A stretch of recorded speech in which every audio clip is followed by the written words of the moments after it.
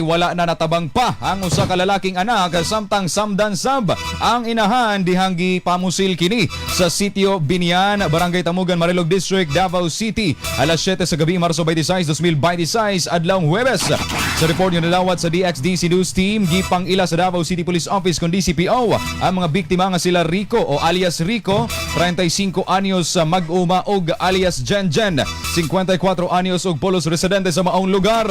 Sumala sa saysay sa inahan, giingong kalit na lang silang gisugat sa duha ka sospek samtang pauli og didto na sila gipamusil. Gisulayan pagdala ang mga biktima sa ospital apan gideklarang dead on arrival ang anak. Dihang nasayrang naigo kini sa agtang og tuong bahin sa tuhod. Hinoon tungod na ilhan sa inahan ang mga sospek, dali sab nadakpan ang usa nila nga ginganlang si alias J samtang ginagukod pa karon si alias Toto. Sa karon gidudahang bangi sa yuta ang motibo sa maong pagpamusilapan. Padayon pang ginapalawman sa mga otoridad ang investigasyon sa maong insidente.